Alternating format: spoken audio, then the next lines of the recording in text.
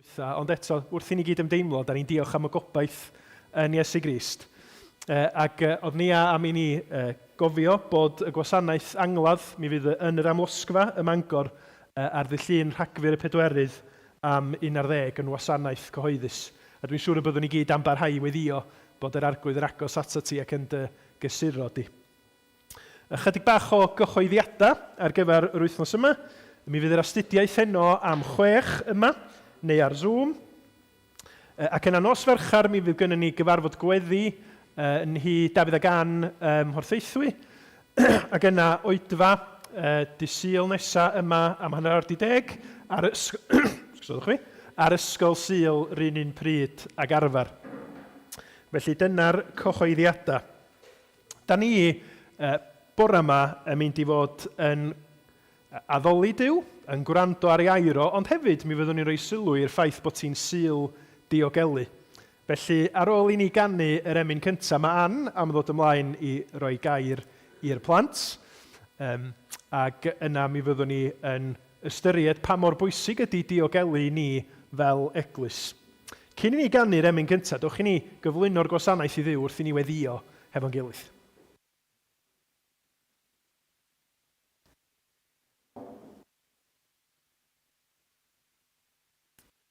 O Dduw ein Tad, da ni'n diolch am dy gariad, am y ffaith y gallwn ni ddod yn hyderus ata ti yn heiddiant Iesu Grist. A da ni'n gwneud hynny arglwydd yn gofyn y byddi di yn cyfarfod â ni mewn ffordd arbennig y bore yma. Y byddi di trwy ysbryd glân yn rhoi goleuni ni ar dair di, fel y gallwn ni weld Iesu Grist yn gliriach, i weld o fel y gwaredwr cwbl addas ar yn cyfar ni heddiw, yn yn ofn, yn yn llesgedd, yn yn euogrwydd, yn yn dryswch. Da ni'n gofyn y byddi di ar waith yn rhoi gobaith i ni wrth i ni ymddiried yn hunin i'n harglwydd angwaredwr Iesu Grist a pwyso ar yr hyn mae o wedi gyflawni trwy farw ar y groes yn lle ni a chodi'n fyw yn fuddugoliaethus o'r bedd. Clew yn gweddi ni felly, y bydd yn agos ata ni ac yn wir i bawb ar draws y byd sydd yn cyfarfod yn enw Iesu Grist y bore yma. Bendithia yn helaeth, os gweli di fod yn dda, wrth i ni ofyn hyn i gyd a cyflwyno'n gilydd i ti yn heiddiant ein harglwydd Iesu Grist. Amen. Felly, yr emyn da ni am ganu, a dwi'n siŵr os da chi wedi chanu hi, o Hywel i'm yn meddwl bod chi wedi chanu hi estalwm iawn, ond mae'n dod o grym mawl 2. A'r geiriad i arglwydd feth a ddolaf di, mae dy enw'n ddyrchafedig. Diolch am fy ngharu i, diolch i ti am ein hachub. Ac yna, yn sôn am yr hyn mae Iesu wedi wneud o'r nef, y deithos di'n byd i'n hachub ni. Talu'n dyled ar y groes, a wneithos di dod yn fyw yn ôl o'r bedd a dyrchafu nôl i'r nef arglwydd feth a ddolaf di. Os wneith o wel, chwarae trwyddi i gyd, a wedyn mi ganwn ni y pennill a'r cytsgan ddwywaith trwad. Diolch.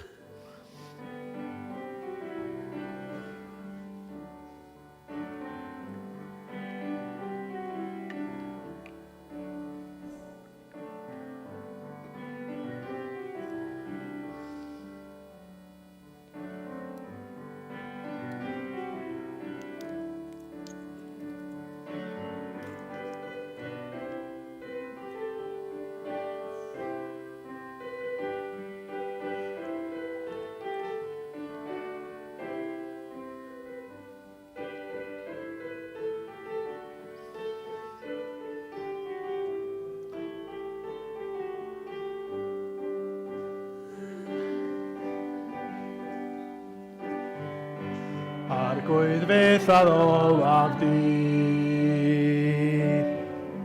mae dy enw'n ddyrchafedig. Diolch am fy ngharu, diolch i ti am ein hachub. O'r nef y deithos di'n byd i'n hachub ni, talu'n dyled ar y groes, a wneithos ti dod yn fyw yn ôl o'r bedd, a dyrchafu nôl i'r neb, a'r gwyddfeth a ddolaf di.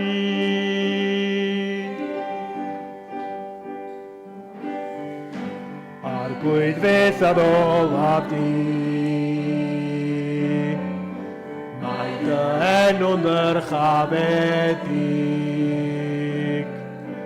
diolch am fy ngharu.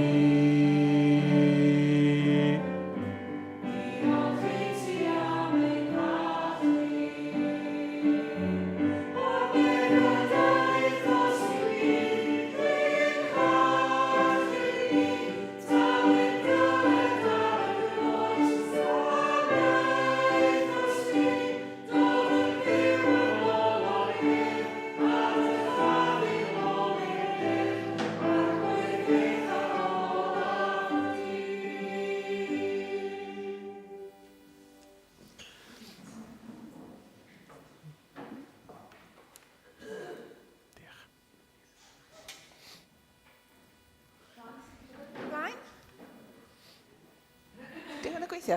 O, yndi.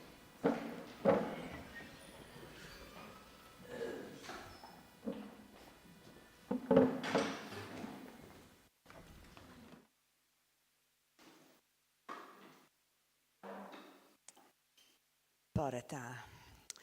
Rwan ta.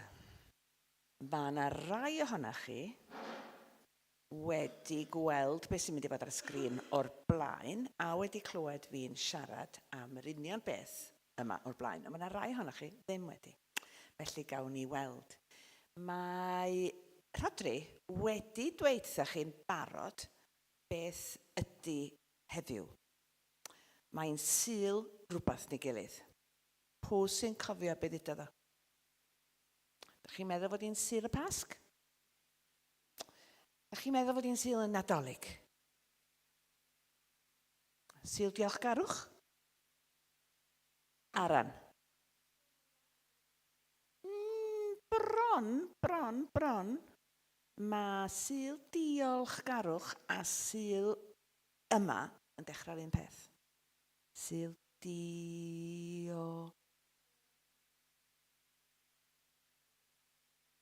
Na i helpu chi. Sul diogelu. Mae o'n air, dych chi ddim yn defnyddio'n aml iawn. Os ydych chi'n edrych ar y sgrin rwan, gwydion efo fi, reit. Rwan ta, o'r rhai oedd yma blwyddyn ni heddiw, ydych chi'n cofio gweld y lluniau yna o'r blaen? Wyt ti, Cynan? Ia, ti'n gwybod beth i lot ohonyn nhw. Mae yna rhywbeth yn gyffredin amdanyn nhw. Yn does, mae yna rhywbeth yn gyffredin am bob un o'r lluniau yna. A mae yna 3 gair sy'n gallu cael ei defnyddio am bob un hein, am be maen nhw'n wneud. Alla i fynd ymlaen i'r nesaf, please. Ydych chi'n cofio, blwyddyn yn ôl, mae Aran wedi deffro, mi oedd yna 3 gair a wnaethon ni chwarae be hangman yn do blwyddyn yn ôl. Na? Blanc. Na da, bod ni'n neud eto felly. Wnaethon ni chwarae hangman blwyddyn yn ôl, a wnaethon ni ffeindio'r 3 gair yma, rwan ta. Dwi ddim eisiau i Aran ateb y munud bach. Ella bod chi ddim yma. Ti'n yn cofio? Ti'n gwybod beth ydyn nhw? Reit, am y lluniau yna welsoch chi, pa air yn dechrau fo A, Llio, wyt ti'n meddwl ydy'r cyntaf? Mae yna 4 llythyran. Dyn ni wedi canu fo ddwywaith yn yr emyn cynt y gair yma, ond oedd yna hy ar ei ddechrau fo. Ein hy. Oedd o reit ar ddiwedd y bennill gyntaf. Mae'n gorffan efo B. Reit, Aran, mae rhaid i helpu. Achub. Ia. Oedd bob un o'r pobl yna yn y lluniau yn achub pobl ond oedden. Reit. Daniel. Be di'r nesa? Yn dechrau fo D. A da ni wedi deud o. Just tua 3 munud yn ôl. Mae'n dechrau fo D. Sul y... Be oedd o? Go on. Diogelu. Da iawn, diogelu ydy'r un nesa. Ac yn ola, mae yna un yn dechrau fo hy. Mae yna random, oes, mae yna rhyw un peth yna sydd ddim i fod yna. Be ti'n meddwl, be oedd hynna i gyd i wneud sydd yn dechrau fo hy cynnan? Na. Morgan? Be mae Sam Tan wastad yn deud mae eisiau wneud? Yn dechrau fo hy. Mae o'n gret. Helpu.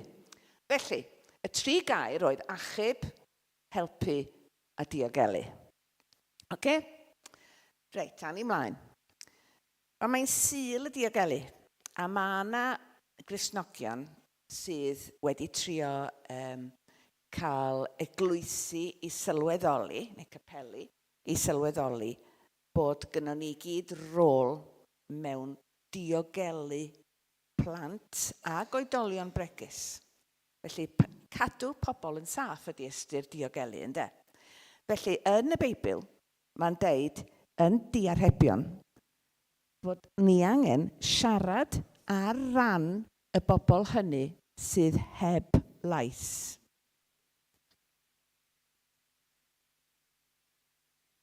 Ai pobl fel?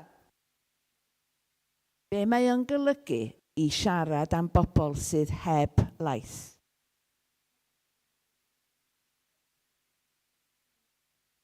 Ddim rili digon pwysig i siarad. Ie, dwi'n licio'r syniad. Un gair allan bysa ti'n gallu newid. Ddim digon...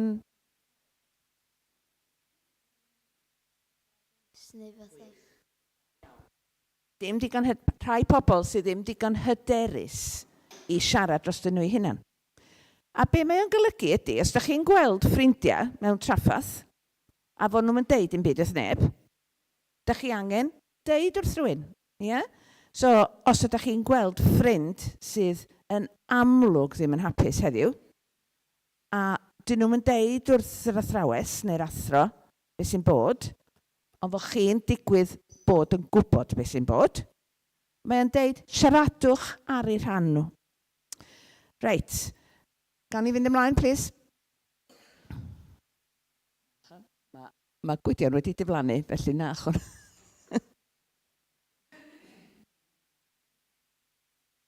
Gwydion llai... lyflu. Reit, mae yna 3 llun y fanna. Mae rhan fwyaf yna chi'n gwybod pwy di pawb. Morgan, pwy di'r dyn? Ia. Pwyntio fo allan. Na fo, ti'n gwybod beth enw? Pwy sy'n gwybod di enw? Ia. Be di enw di? Reit. Rhos, reit, da chi'n clywed yn gysylltiedig efo Rhos a Delyth, pan mae pobl yn siarad, siwr o fod. Rhos, wedyn, pwy di'r un ifanc, Clws? Ie. Nac! Ie, dwi yna, cariad, ydw. Ond nid y fi di'r un ifanc, Clws. Pwy di'r un ifanc? Dwi'r un hen, Clws. Ie. Debs, reit. So mae gennym ni Rhos, Debs a fi sy'n ifanc ac yn dlws yn ôl Daniel, gwych. Reit. Y 3 ohono ni sydd yn gyfrifol am wneud yn siŵr fod rhywun yn siarad dros bobl yn y capel yma. A da ni jyst eisiau atgoffa chi, unwaith eto, os oes rhywbeth o gwbl yn digwydd, a'ch bod chi ddim yn hapus ynglyn â fo, neu'n poeni amdano fo, da chi fod i ddeud wrth rhywun. Yeah? Gewch chi ddeud wrth un o'r 3 ohono ni, a mae hyn yn wir am oedolion hefyd, neu, wrth gwrs, gallwch chi ddeud wrth mam, neu dad, neu athrawes ysgol Sul, neu pwy bynnag. Iawn? Felly, siarad os oes rhywbeth yn poeni ni. Rwan, yn y capel mae gennym ni rhywun ydyn ni'n gallu siarad efo trwy'r amser. Pwy ydyn ni'n siarad efo pan ydyn ni'n capel? Ie. Ydyn ni'n siarad efo Duw. Felly mae'r adnod nesaf, plis, Gwydion. Mae o di mynd i lawr dipyn bach, os posib mi gael gweld yr gwylod. Dwi'n cofio lle mae'n dod o. Dyma'r adnod. Arglwydd, rwy ti'n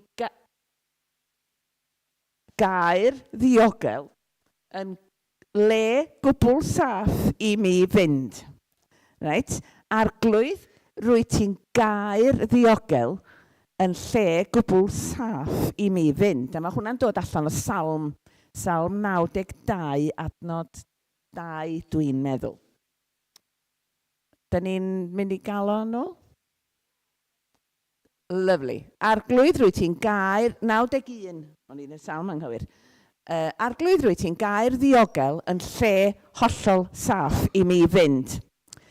Allwch chi ddeud o hefo fi ar oedolion.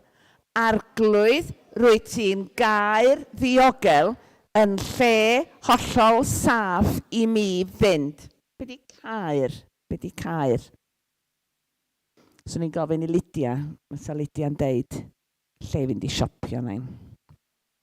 Na ci, ydy'r ateb. Be di cair? Yn dod o flaen, cair dydd, cair Narfon. Be di'r bit cair? Chi'n gwybod? Ie. Yeah. Mae o'n le arbennig i Aran. Ie, ond beth sy'n yn gair Narfon ac yng Nghaerdydd sy'n rhoi'r bit cair iddyn nhw? Ie. Castell efo walia. Ie, lle efo walia reit rownd. A mae lle efo walia reit rownd yn lle saff i fod, yn dydi? Felly, dyna beth i ystyr o. Arglwydd rwy ti'n gair ddiogel yn lle hollol saff i mi fynd. Salm 91, adnod 2. Reit, da ni'n mynd i ddysgu fan sydyn nhw'n. Gan i fynd ymlaen, please.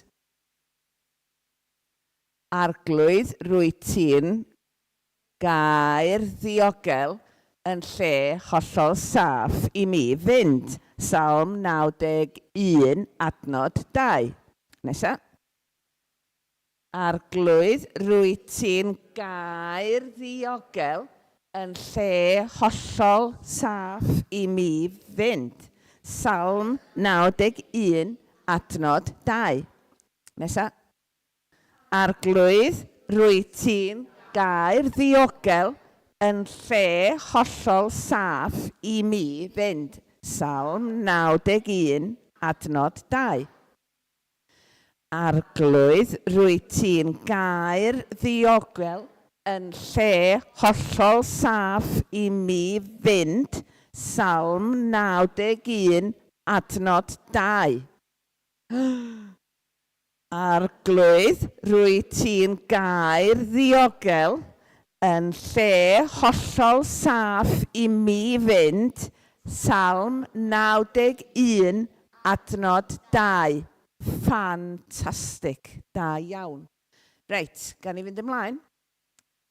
Da ni'n mynd i ganu can wan sydd hefo diogel yna fo. A diogel wyf gyda thi. Bydd rhai yna chi'n cofio fo. Mae yna lot o eiriau yna fo. Ond mae hyd yn oed yr rhai bach lleia ohona chi yn mynd i allu canu y bit yma. So da ni eisiau gallu canu efo'n gilydd. Diogel wyf, dwedwch o? Diogel wyf gyda thi. Gyda thi. A fyddwn ni'n canu o lot o weithiau. A dwi'n meddwl bydd hyd yn oed Carys ac Olena sydd ddim yn siarad Cymraeg erbyn y diwedd yn gallu deud diogel wyf gyda thi. Achos da ni'n deud o drosodd a drosodd. Gewch chi fynd yn ôl i ista wan, ond triwch ganu y bit yma. Diolch yn fawr. Mae'r emyn ar y sleid nesaf wan, dwi'n meddwl.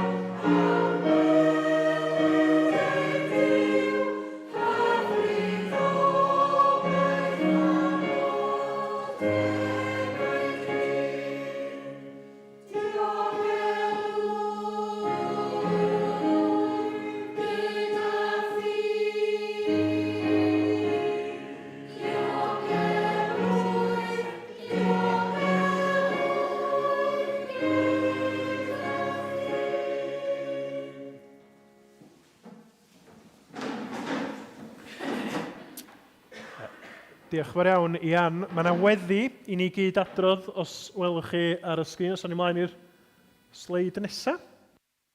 Dwch i ni i gyd fynd efo yr hyn ddwedwyd am ddiogelu. Dwch i ni ddarllen yr weddi yma hefo'n gilydd.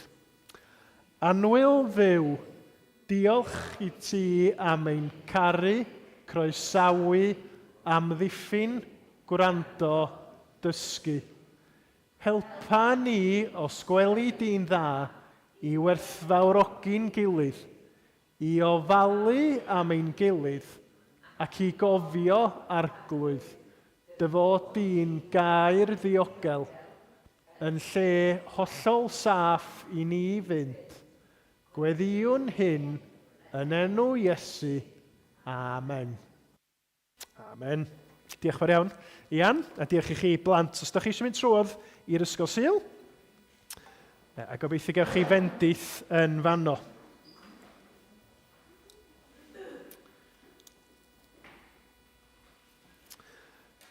A tra mae'r plant yn mynd trwodd, mi drown ni at yn darlleniad o'r Beibl, a da ni yn ailythu'r Paul at y Corinthiaid y bore yma. Ailythu'r Paul at y Corinthiaid, penod 12, a dwi am ddarllen o gychwyn y benod hyd at ddiwedd adnod 10.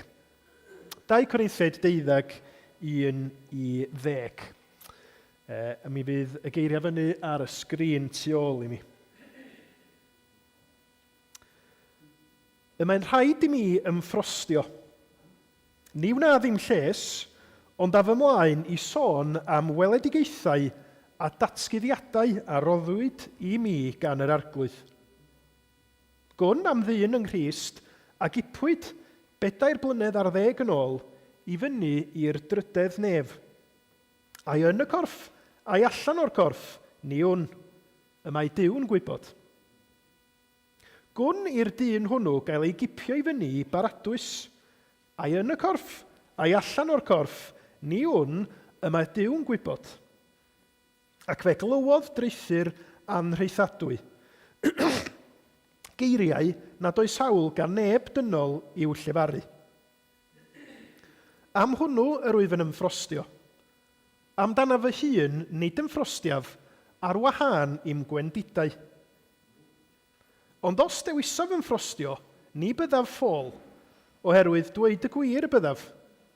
Ond ymatal a wnaf, rhag i neb feddwl mwy ohonof na'r hyn y mae'n ei weld ynof, neu'n ei glywed gennyf. A rhag i mi ymddyrchafu o achos rhyfeddod y pethau a ddatguddiwyd i mi, rhoddwyd dreinen yn fy nghnawd. Cenad oddi wrth Satan i'n poeni, rhag i mi ymddyrchafu. Ynglŷn â hyn, deisyfais ar yr arglwydd 2 gwaith ar iddo i symud oddi wrthyf. Ond dywedodd wrthyf, digon i ti fy ngras i. Mewn gwendid y daw fy nerth i wanterth. Felly, yn llawen iawn fe ymffrostiaf fwy yn fy ngwendidau, mwyn i nerth Crist orffwys arnaf. Am hynny, yr wyf yn ymhyfrydu mwyn Crist mewn gwendid, sarhad, gofid, erledigaeth a chyfyngder, oherwydd pan wyf wan, yna rwyf gryf. Amen. Dwch i ni weddio.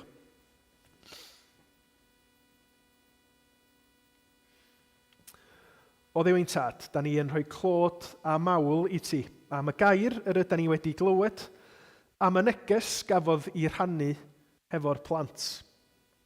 Mi da ni'n cael yn annog i godi llais. Mi da ni'n cael yn dair di yr anogaeth, yr hyder yna, bod ni'n ddiogel yno ti, ond bod ni fel dy bobl di i weithio mwyn sicrhau diogelwch pawb. Pawb sydd yn dod yn agos ato ni trwy weithgaredd yr eglwys, a da ni isio rhoi y canllawiau priodol mewn lle. Fel bod na le diogel i ni fynd yn ddynol, yn ychwanegol at y ddarpariaeth o ddiogelwch hyfryd sy'n yna yn Iesu Grist. Arglwydd, da ni yn gweddio y bydd yr hyn mae dair di'n ddeud yn dod yn gysur ac yn obaith i ni. Da ni diolch o arglwydd Dduw bod dy ras di yn ddigon. Ac wrth i ni fod yn canu clod i ti bore yma, wrth i ni fod yn gwrando ar dair di, mae'r neges yn dod drosodd a throsodd. Mae yna ddiogelwch yn yr arglwydd, mae yna ddiogelwch tragwyddol yn Iesu Grist. A da ni fel eglwys yn dyfoli di yn arbennig am hynny'r wythnos on, wrth i ni golli un o'n plith. Ond wrth i ni ddeud colli, da ni'n gwybod bod Carys yn gwbl ddiogel yn dy bresenoldeb di arglwydd Iesu. A da ni isio dy ganmol di am hynny, a diolch i ti am fywyd Carys, am y ffordd y bys di ar waith yn ei chynnal, yn ei nerthu hi, trwy dy gariad teg ati hi yn Iesu Grist. A da ni rwan yn gweddio y byddi di yn cysuro nia yn ei hiraeth. Arglwydd y byddi di yn ei chyfarfod ti yn ei angen bob munud o bob dydd. A da ni'n llawenhau oherwydd bod ni'n gwybod dy fod ti wedi addo bod yna hefo dy bobl. I'w cysuro nhw. Bod dy nerth di yn ddigon, diolch moch pa mor wan yda ni yn corff. A bod na obaith sicr i ni am dragwyddoldeb oherwydd bod Iesu wedi cario'r dydd. Bod Iesu yn waredwr ac yn dduw byw sydd yn cynnal i bobl trwy bob math o brofiadau ac yn ei tywys nhw at y fo'i hun i brofi y gwynfyd, y nef newydd a'r ddeiar newydd lle mae'r holl bethau poenus, yr holl ofid wedi cael ei sgipo ymaith. Da ni'n gweddio arglwydd y bydd y gobaith Cristnogol yna sy'n gwbl ganolog yn dair di, yn dod yn reality i bob un sydd yn profi galar ar hyn y bryd. A da ni'n gweddio arglwydd y bydd buddugoliaeth Iesu Grist yn cael ei chohoeddi ym mhob man heddiw, ym mhob cyfandir. Dy fod ti arglwydd Dduw yn un o ras a chariad, a mae Iesu Grist wedi dangos hynny, trwy ddod a chymryd yn lle ni ar y groes, trwy ddod a concro marwolaeth ar yn rhan ni. Felly derbyn yn diolch a'n mawl a'n clod ni. Da ni'n gofyn y byddi di'n agos arglwydd Yn enwedig, da ni'n ymwybodol bod yna nifer o'n plith ni sydd allan mewn capeli ac eglwysi eraill yn cyhoeddi dair di. A da ni'n gweddio byddi di yn rhoi grym a nerth dysbryd glân yn y cyhoeddi ac yn y gwrando.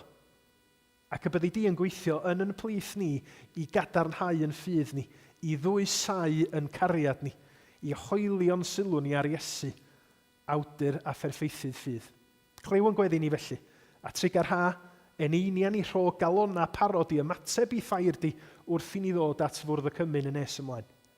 Da ni'n cyflwyno'r cyfan, hyd yn oed yn cyflwyno gweddia tawel hynny rwan i ti, yn gofyn arglwyddiw, gnad y waith, clod i enw Iesu Grist. Amen.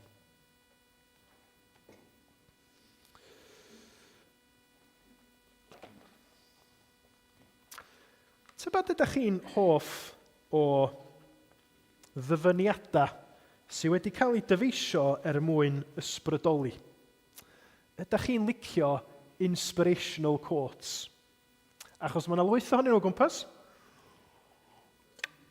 Os ydych chi'n mynd i gyms, os ydych chi'n edrych ar social media, maen nhw'n mhob man. Yr brawddegau bachog yna sydd yn trio bod yn help i ni wneud synwyr o'n profiadau fel pobl, y gwahanol bethau sydd yn dod i'n rhannu. Mae rhaid i fi gyfadda. Dwi'n gweld lot ohonyn nhw, ond dwi'n tueddu i fynd yn eitha rhwystredig wrth i mi weld y dyfyniadau yna. Pam? Achos bod nhw'n gallu bod yn help, dwi'n teimlo bod nhw'n tueddu fod yn eithriadol o anghyflawn. Dyna natur dyfyniadau a slogana bach, mae'n siŵr. Chi'n mi roed esiampl bach i chi. Every cloud has a silver lining. Wan, mae o yn awgrymu rhywbeth, ond ella bod o'n dangos na pregethwr ydw i'n deud, ia, ond pam? Be mae hynny'n olygu go iawn? A be sy'n digwydd os ydym ni yng nghanol sefyllfa a da ni'n gweld unrhyw fath o silver lining i'n profiad ni? Neu os da chi'n cofio, yn ôl rai blynyddoedd, pan oedden ni yng nghanol y pandemig, mi oedd na slogan Gymraeg, oedd wedi codi ym mhob man. Sori, Eirin, dwi'n siŵr iawn sut ti'n mynd i gyfieithu hon. Daw eto hael ar fryn. Yn bob man, ar bosteri yn doedd. Di hynny'n wir? Os oeddech chi wedi cael salwch difrifol, os na hael eto yn mynd i godi? Ydy hynny'n wir am yr NHS? Maen nhw'n dweud bod yr NHS mewn gwaith gyflwr rwan nag oedd i'r adeg hynny. Da ni eisiau gwybod pam y bod pethau mynd i fod yn well, ac ydy hynny yn wir? Wrth i ni ystyried yr adran nes i ddarllen o 2 Corinthiaid, mae yna gymal bach y gellid i defnyddio fel slogan, digon i ti fy ngras i. Ond diolch byth gan y gair Duw ydy o, dydyn nhw ddim yn eiria gwag, dim ond yn slogan bach sydd yn swnio yn gadarnhaol. Mae o'n wirionedd sydd wedi i ddweud wrth ddyn go iawn yn yr apostol Paul, ac mewn cyd-destun go iawn i fywyd o. Ac wrth i ni ystyried y geiriau yma, dwi eisiau iddo fo fod yn fwy na slogan i ni. Dwi eisiau fod yn gysur Duw i'n helpu ni bore yma. Pa bynnag amgylchiad yr ydych chi yno fo, pa bynnag sefyllfa yr ydych chi neu rwy'n sy'n annwyl i chi yn ei wynebu, dwi eisiau i ni gymryd y geiriau yma o ddifri.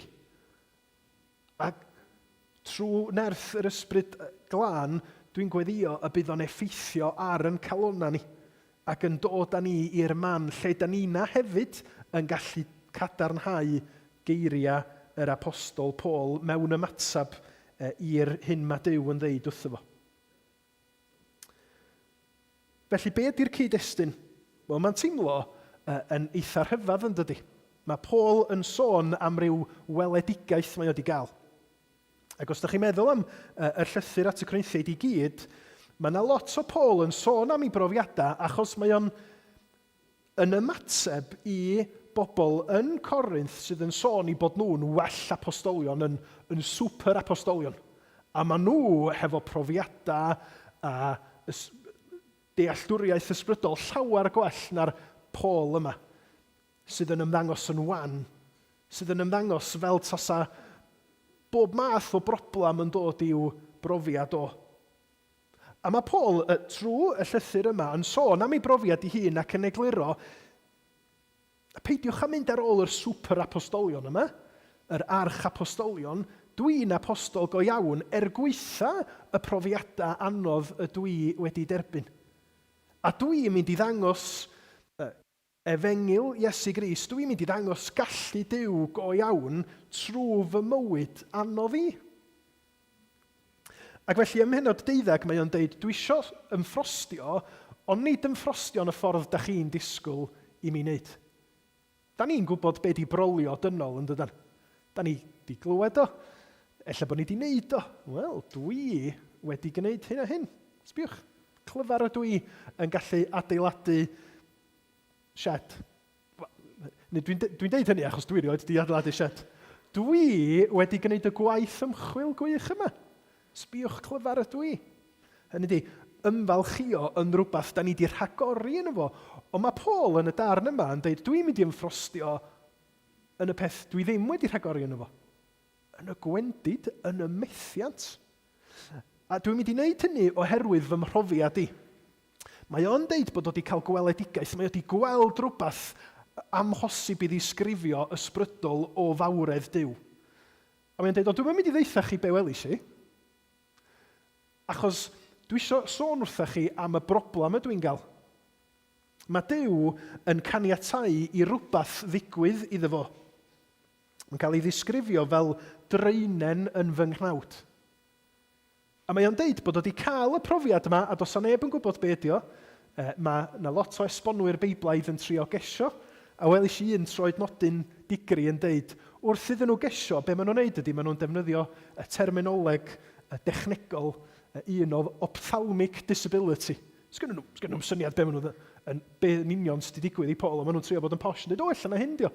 Cyr yn pen, traffaeth efo'r golwg, mae yna rei yn awgrymu ella iselder, gorbryder, epilepsi, dyn nhw'n gwybod, dyfalu maen nhw.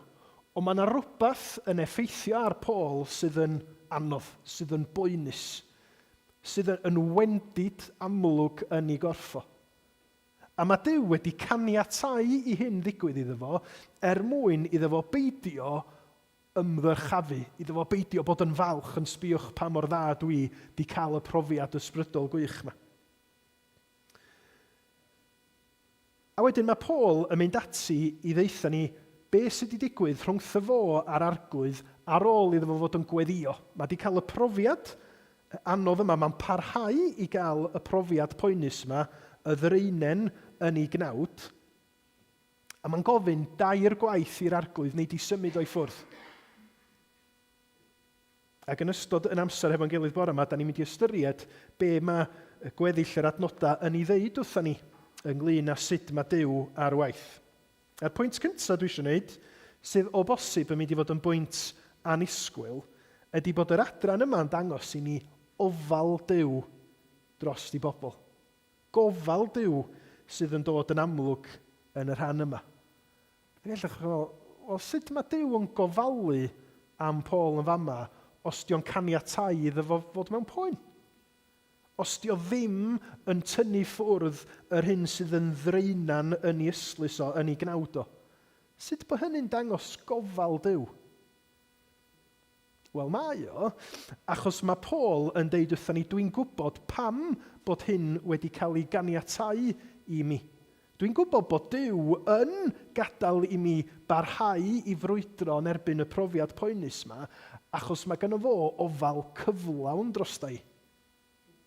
Mae o isio mwy i fi na dim ond bywyd cyffyrddus heb broblem.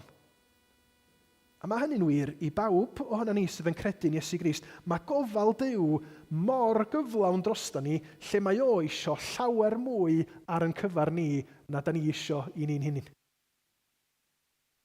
Mae o'n gwybod beth sydd orau i ni ac yn sgil hynny mae o yn gwarchod ni weithiau yn gwarchod ni rhag dda ni'n hunin. Achos da ni'n gallu gwneud pethau sydd ddim yn lles yn hunin bod ni'n meddwl bod o yn beth da i ni.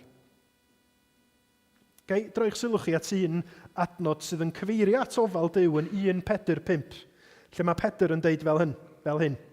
1:4-5 adnod 6 a 7. Ymddarostyngwch gan hynny dan law gadarn Duw, fel y bydd iddo ef eich dyrchafu pan ddaw'r amser. Bwriwch eich holl bryder arno ef, oherwydd mae gofal ganddo amdanoch.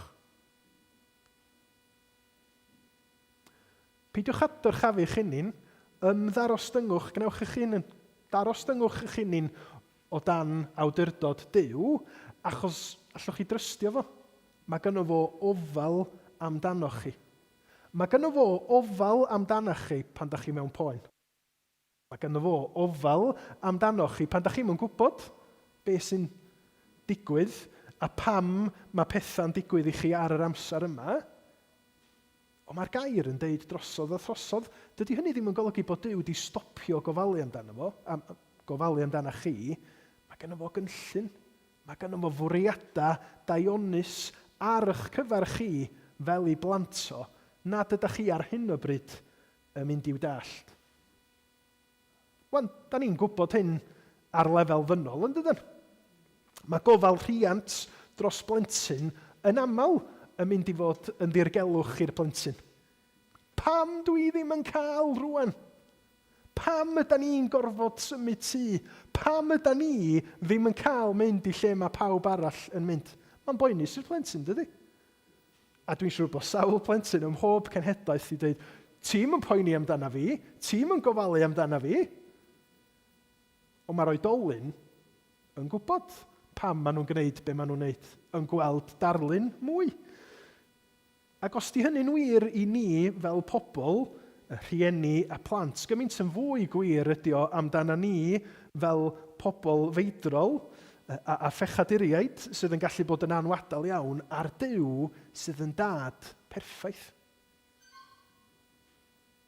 Mae Duw yn gofalu am Paul ac mae o'n deud wrtho fo, dwi yn gofalu amdana ti achos dwi'n mynd i roi rhywbeth i ti sydd yn well na be fysa ti'n gael petai y dreinan yr yslis jyst i cael ei dynnu ffwrdd oddi wrtha ti. Ond sylwch, hyd yn oed yn yr ymwneud yma, mae'r arglwydd yn gwrando ar weddi Paul. Dydy diom yn anwybyddu y weddi. Mae yna ymwneud yma rhwng Duw a'i blentyn. A mae o'n dangos i ofal a'i dynerwch tuag at Paul, hyd yn oed pan mae Paul yn diodda. Dwi eisiau chi ddal gafal yn y gwirionedd yna bore yma os da chi'n diodda. Os da chi mewn poen, os ydych chi illa di gweddio am ryw sefyllfa drosodd a throsod wrth Dduw a da chi ddim eto wedi cael yr atab neu gweld newid, trystiwch yng ngofal Duw drosta chi. Yn ail, da ni'n gweld gofal Duw i ddechrau. Yn ail, da ni'n gweld Duw yn pwysleisio i rodd o, i heilioni fo yn dydan. Adnod 8 ynglyn a hyn, deisyfais ar yr arglwydd 2 gwaith ar iddo i symud oddi wrthyf, ond dywedodd wrthyf Duw yn siarad, a da ni'n gwybod sut yn union mae o wedi siarad, ond mae o wedi wrth Paul, digon i ti fy ngras i. Mewn gwendid y daw fy nerth i wanterth. Mae'r arglwydd yn mynegu i Paul, dwi wedi rhoi rhywbeth sydd yn ddigon i ti i ddelio ar ddreinan hon yn dystlys. Dwi wedi darparu yn barod ar dy gyfar di. Mwyn i ti brofi dy fod ti'n wan yn y cnawd gryfder na allu di i ddychmygu. Digon i ti fy ngras i. Ac wrth gwrs, munud ydyn ni yn clywed gair gras yn hyd-destun y Beibl, mi ddylsan ni feddwl yn syth, lle mae gras Duw yn dod? Trwy pwy? Yr arglwydd Iesu. Yr arglwydd Iesu ydy'r un sydd yn cyfryngu gras Duw i ni yn yn hangen, ynddo? Ac felly mae'r adnod yma, digon i ti fy ngras i, yn wirionedd hyfryd, achos mae o'n cyd-fynd â digon i ni ydy'r arglwydd Iesu. Mae pob peth yda ni angen yn yr arglwydd Iesu. Mae o'n rodd hael Duw i ni. A meddyliwch efo fi yn sydyn ynglyn â'r gwahanol brofiadau anodd y gallwn ni gael fel Cristnogion. Felly bod ni'n gallu cael yn llethu gan euogrwydd. Rhywbeth da ni wedi gwneud yn erbyn pobl, rhywbeth da ni wedi brofi o ran syniadau neu agwedd yn calon, yn flin hefo Duw, neu yn ei gablu fo, neu'n anifydd, ac ella bod hwnna'n pwyso arna ni. A mae Duw yn dweud, digon i ti fy ngras i, mae Iesu yn ddigon i ti. Sy'n eisiau ti boeni mod i'n mynd i dy gosbi, mae Iesu di delio fo hynny ar y groes Calfaria unwaith am byth. Ac os ydy rhywun yng Nghrist, sa ddim condemniad bellach, mae'r condemniad di cael ei roi ar Iesu ar y groes. Maddeuant sydd yn dod yng Nghrist. Maddeuant llwyr trwy ras Duw. Neu allan na nid euogrwydd sy'n pwyso yna ni, ond yn methiant ni. Chybod bod ni'n trio byw bywyd Cristnogol, da ni'n trio dangos daioni, darllen Beibl, gweddio, ond da ni jyst methu. A mae yna ddyddiau, mae yna wsnosa'n pasio, dwi'n gwybod y dylswn ni, ond dwi'n methu. A mae Duw yn Iesu Grist yn dweud, ond digon i ti fy ngras i, os wyt ti'n methu ffeindio'r geiriau, mae'r ysbryd glân yn dod i'n cynorthwyo ni. Os wyt ti ddim yn siŵr sut wyt ti yn gofyn am help, mae gennym ni waredwr sydd yn gallu delio â'n anghenion ni, hyd yn oed pan da ni'n methu mynegu nhw. Mae o yn eiriol drostan ni rwan fel Duw byw. Ac felly yn y gair, mae gennym ni yr anogaethau llwyr yma yn Iesu Grist i ni ddod yn yn gwendid, yn yn methiant, nid cuddio nhw, cyflwyno nhw i'r arglwydd a gwybod bod o'n cydymdeimlo ac yn rhoi nerth i ni i drio eto. Nid i ddeud o waith mi heb a trio gweddio, dwi'n di gweddio wrth bythefnos, ond deud yn y gair, gweddia rwan ta, achos mae'r arglwydd yn gwrando ac yn dyheu am gael dynabod di'n well. Neu allan na ofn yda ni. A da ni'n teimlo bod os gynnau'n byd i ddelio hefo'r peth yma neu'r person yma yr ydw i'n ofni. Os da ni wedi trystio yn Iesu Grist, allwn ni bwyso ar ei addewid o. I addewid o heddwch a'i bresenoldeb o am byth i'w ddisgyblion. Dim ond un esiampl di Ioan 16:33. Iesu'n deud, rwyf wedi dweud hyn wrthych mwyn i chwi yno fi gael tangnefedd. Yn y byd fe gewch wrth rymder, ond codwch eich calon rwyf fi wedi gorchfygu'r byd. Mae Iesu yn digon i ti fy ngras i. Nifer ohonych chi dwi'n siŵr yn gyfarwydd â gwraig o'r enw Johnny Erickson Tada, dwi'n meddwl. Dwi'n byth yn siŵr iawn sydd wedi ynganu i chyfenw hi. Ond mae hi yn ei 70au erbyn hyn ac mi ddoth hi amlygrwydd oherwydd bod ti pan oedd hi'n 17 oed wedi cael damwain erchyll ac wedi cael ei pharlysu o'i sgwydda i lawr. Ond mae gen hi weinidogaeth arbennig yn delio â phobl sydd efo anableddau corfforol, ond yn dangos i ffydd hi trwy'r cyfan. A dyma chi ddyfyniad gan Johnny Erickson Tada. Yn Saesneg, my weakness, that is my quadriplegia, is my greatest asset because it forces me into the arms of Christ every single morning when I get up. Meddyliwch. Bod ei golwg hi ar ofal a darpariaeth Duw yn Iesu Grist cystal, nes bod ti'n gallu deud yngwendid pennau ydy'n nghyfder pennau. Pam? Achos mae o'n ngorfodi fi i fynd at yr arglwydd Iesu bob bore. Be bynnag ydy'r sefyllfa ydych chi'n wynebu ar hyn o bryd? Peidiwch â credu celwydd y diafol sydd yn dweud, mae hwn yn dangos bod Duw ddim yn malio amdana ti. Credwch Iesu Grist. Credwch y gair ar efengil sydd yn dweud, dewch ata fi yn eich gwendid, Yna mae yna ddigonedd o nerth, o gysur, o ras ar gyfer pa bynnag wendid ydych chi'n ei wynebu. Ac a deud y gwir, nid y gwendid neu'r poen a'r profiadau anodd da ni isio osgoi, be mae'r gair yn ddeitha ni, balchder da ni isio osgoi. Achos os yna un peth yn mynd i ddinistrio yn bywyda ni a'n perthynas ni hefo'r arglwydd, balchder a dibynnu arna ni'n hunin ydy hynny. Achos os da ni'n dibynnu arna ni'n hunin, da ni ddim yn dibynnu ar yr hyn mae Duw wedi wneud drosto ni. Mae gennym ni blanhigion ar y piano yn tŷ ni. A mae'n rhywbeth rhyfedd iawn di digwydd iddyn nhw. Maen nhw fel tas nhw wedi ffrwydro, mae yna ddail yn tyfu nhw, maen nhw'n edrych yn iach, a da ni'n wedi gwneud dim byd gwahanol iddyn nhw. Ond maen nhw wedi symud o Lansanan i Fangor. Wan, peidiwch a deud dim byd. Yr unig beth sydd wedi digwydd ydy bod nhw wedi symud tŷ hefo ni. Mae yna rhywbeth yn yr awyrgylch, yn yr amgylchiadau yn Lôn y Derry sy'n golygu bod nhw'n ffynnu lle nad oedden nhw yn Llansannan.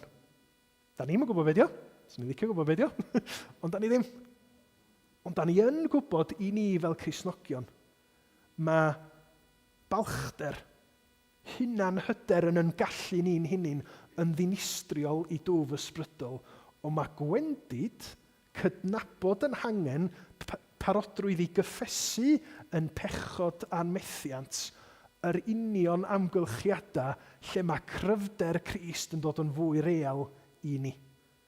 Ac wrth i ni brofi mwy o Grist, mae o lles i ni. Sydd yn gwneud i ni eto sylweddoli gofal rhyfeddol a doethineb Duw ar yn rhan ni. Mae gofal Duw yn cael ei amlygu, mae'r hodd hael Duw yn Iesu Grist, bod gras Duw yng Nghrist yn ddigon i ni yn cael ei amlygu. Ac yn ola, yn sydyn, dwi eisiau i ni sylweddoli bod llywodraeth ddaionnus Duw yn cael ei ddangos i ni yn fama. Nes i ddeud ar y cychwyn, lle bod chi'n meddwl bod o'n anisgwyl mod i'n cychwyn hefo gofal Duw. Achos pan da ni'n darllen yr adran yna o'r Beibl fel arfer, da ni'n mynd yn syth i'r cwestiwn pam. Pam bod Duw wedi caniatáu i hynny ddigwydd? Mae'n teimlo'n greulon, dydy, bod Duw wedi caniatáu i un o'i blant o, mae o'n garu brofi rhywbeth anifyr, anymunol. Ond da ni'n gweld wedyn pam mae Duw yn caniatáu hynny. A dyna pam dwi eisiau ni feddwl am lywodraeth Duw fel y pwynt ola, nid y pwynt cynta. Achos pan da ni mewn gwendid, poen corfforol, pan da ni'n pryderu'n ofnadwy am rhywun, nid yng nghanol hynny ydy'r cyfnod i ofyn cwestiynau ynglyn â sut mae Duw yn gweithio hyn i gyd allan. Ond wrth i ni ystyried gofal Duw yn yr ysgrythyr, wrth i ni bwyso ar ras Duw yn Iesu Grist a profi y cryfder hwnnw i ni yng nghanol y dioddefaint a'r angen, wedyn, dros amser, mi allwn ni weld llywodraeth Duw yn trefnu pethau yn lles ni. Lle yng nghanol y storm, doeddan ni ddim yn gallu gweld hynny. A'r prawf, yr arglwydd Iesu Grist ei hun. Os ydyn ni'n meddwl na yr arwydd o fendith Duw ydy bywyd heb unrhyw beth drwg yn digwydd i ni, be am fywyd Iesu Grist?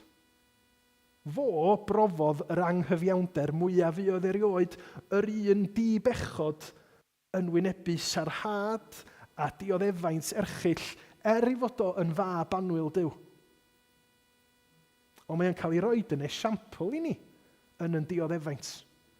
Mae hyn wedi digwydd i'r arglwydd Iesu mwyn chi, fod Duw yn ei garu fo.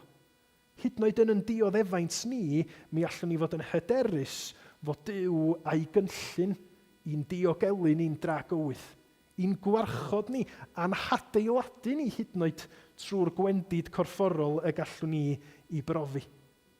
Yr adnod sydd yn nodi hyn, Rhufeiniaid 8, 31 a 32. O ystyried hyn oll, beth a ddywedwn? Os yw Duw trosom, pwy sydd yn ein herbyn? Nid arbedodd Duw ei fab ei hun, ond ei draddodi farwolaeth trosom ni oll. Ac os oddodd ei fab, sut y gall beidio a rhoi pob peth i ni gydag ef. Mae Crist wedi marw unwaith am byth i ddelio â'n pechod ni.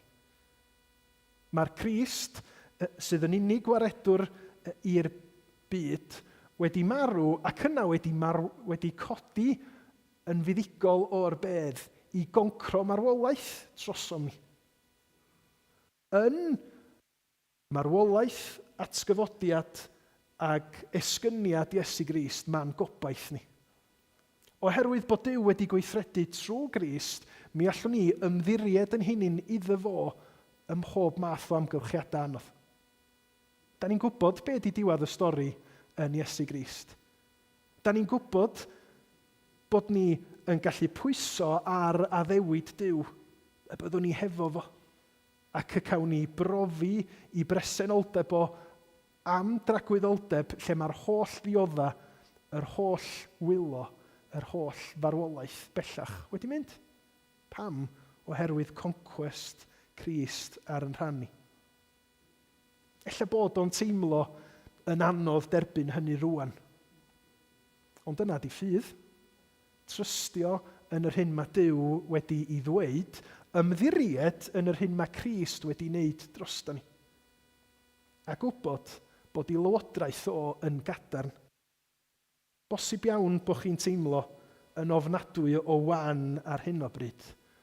Ond mi allwn ni trwy ffydd fel Paul ddeud, dwi'n ymfalchio, nid yn y gwendid, dim bod ni'n licio poen a methiant, ond da ni'n ymffrostio yn nhw achos bod nhw'n yn tywys ni at Grist. A mae mwy o Grist wastad gwell i ni yn dydy. Digon i ti fy ngras i mewn gwendid y daw fy nerth i wanterth. Felly yn llawen iawn fe ymffrostia fwy yn fy ngwendidau mwyn i nerth Crist orffwys arnaf. Am hynny rwyf yn ymhyfrydu mwyn Crist mewn gwendid sarhad gofid, ledigaeth a chyfyngder, oherwydd pan wyf wan yna rwyf gryf. Clod i'w enw. Amen. A da ni am ganu emyn rwan sydd yn sôn am bod Iesu Grist yn ddigon cyn i ni ddod at fwrdd y cymyn. Peraidd ganodd ser y bore, dwi'n gwybod bod ti ddim yn ddolig eto, ond mae'n emyn dda. Peraidd ganodd ser y bore ar enedigaeth brenu nef, doethion abigeiliant, hwythau deithiant i'w addoli ef, gwerthfawr drysor yn y preseb Iesu gaed. Dyma geidwad i'r colledig, meddyg i'r gwiwedig rai. Dyma un sy'n caru maddau i bechaduriaid mawr ei bai, diolch iddo, byth am gofio llwch y llawr, ac yna'r pennill ola sydd yn deud, mae e'n ddigon, y tragwyddol fywyd yw. Dwch ni godi i ganu.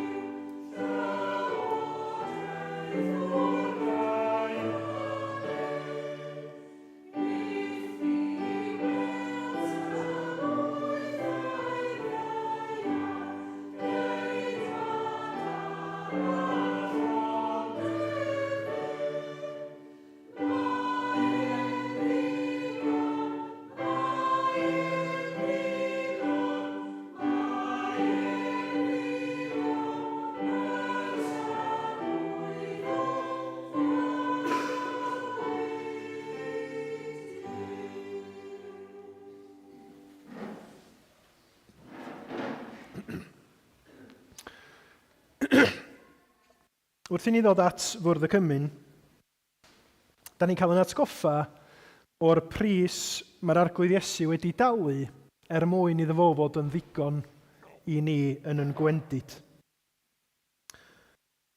Wrth i ni gymryd y bara a'r gwin, da ni'n cael darlun clir iawn o gorff yr arglwydd Iesu wedi rwygo a'i waed o yn llifo yn ôl y gair mwyn ni. Mae cryfder Duw wedi cael ei amlygu i'r byd mewn gwendid corfforol syfrdanol, ond trwy aberth Crist, wrth i ni dderbyn yr aberth honno mewn ffydd yn Nghrist, mae grym, gras a chariad Duw yn dod yn eiddo i ni, yn dydy. A dyna pam mae'r gwahoddiad i ddod at Fwrdd y Cymyn yn wahoddiad i ni yn gwendid. Fyddwch chi'n cofio geiriau hyfryd Iesu Grist yn Mathew pennod 11. Dewch ata fi, bawb sy'n flinedig ac yn llwythog ac fe rodda fi o'r ffwystra i chwi. Cymerwch fy iau arnoch a dysgwch gennyf oherwydd addfwyn ydwyf a gostyngedig o galon ac fe gewch o'r ffwystra i cheneidiau. Y mae fy iau i yn hawdd ei dwyn am baich i yn ysgafn. Felly gai annog ni fyfyrio ar eiriau Iesu wrth i ni ddod. Cyffesu yn pechod, yn heuogrwydd. Cyffesu'n gwendid ger bron yr arglwydd. A dod, os da ni wedi trystio'n Iesu Grist, dod yn ddiolchgar bod o'n ddigon. A cael yn atgoffa trwy yr yfad a'r bwyta, bod yr hyn nath Crist yn ddigon, yn berthnasol, yn golygu y byddwn ni yn ddiogel am byth hefo'r arglwydd, diolch iddo fo. Felly mae o'n wahoddiad i bawb sydd wedi credu yn yr arglwydd Iesu i ddod mewn ffydd i gymryd y bara'r gwyn. Os nad ydych chi wedi rhoi eich bywyd i'r arglwydd, plis peidiwch â chymryd, ond mae croeso i chi fod yma hefo ni, yr un fath wrth gwrs, yn gwylio yr hyn da ni'n neud. Mae'r Beibl yn annog ni holi'n hynny ac i ddod mewn gostyngeidrwydd. Felly mi na i weddio ac yna mi wneith Myrff a Ffion yn helpu ni i rannu y bara'r gwyn cyn i ni gyd fwyta a chyd-yfed efo'n gilydd. Ddwch i ni weddio. O Dduw ein Tad, da ni'n cydnabod dy fawredd di, bod dy lywodraeth di mor faith a doeth nad ydyn ni yn aml yn cweit yn deall. O mi, da ni'n gallu ymddiried yn dy ddaioni, dy ras a thgariad di, oherwydd yr hyn wyt ti wedi ddangos unwaith a'n gabyth trwy dy fab Iesu Grist. Helpa ni rwan felly i ddod mewn gostyngeidrwydd. Yn deud, da ni'n heiddi dim byd, ond da ni am ymffrostio yn dy aberth di arglwydd Iesu. Da ni am drystio yn dy aberth di ac yn datgyfodiad di, i fod yn ddigon ar gyfer yn gwendid ni rwan ac am byth. Arglwydd trwy dysbryd bendithia, cynhesan calonna ni, rhoi ni yr ysfa na i dynabod di ac i allu dibynnu'n llwyr arna ti.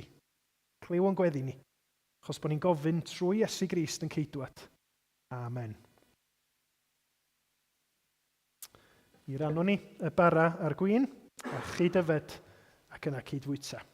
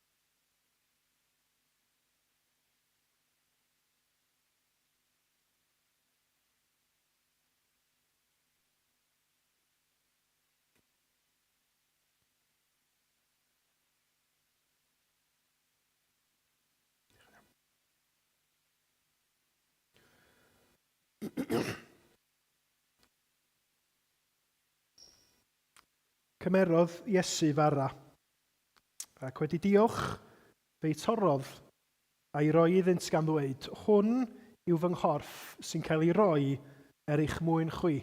Gwnewch hyn cof amdanaf.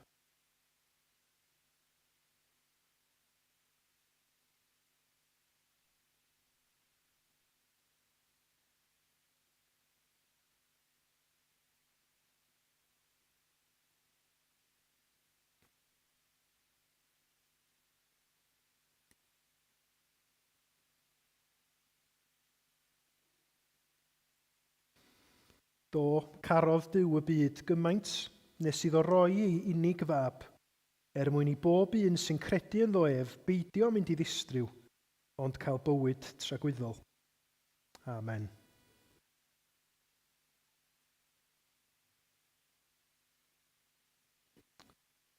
A chymerodd gwpan, ac wedi diolch, fe'i rhoddodd iddynt gan ddweud, yfwch ohono bawb, oherwydd hwn yw fy ngwaed i, gwaed y cyfamod a dywelldir dros lawer maddeuant pechodau.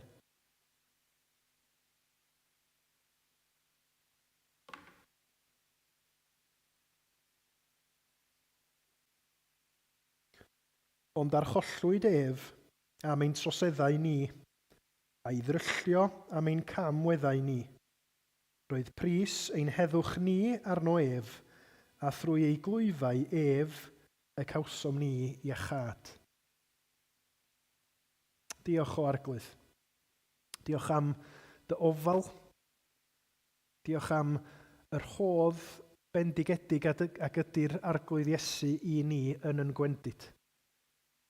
Diolch am drefn dy ragluniaeth di, dy lywodraeth di, sydd yn golygu bod na ateb i'n anghenion dyfna ni. Bod na gryfder yng Nghrist ar gyfer yn gwendida ni.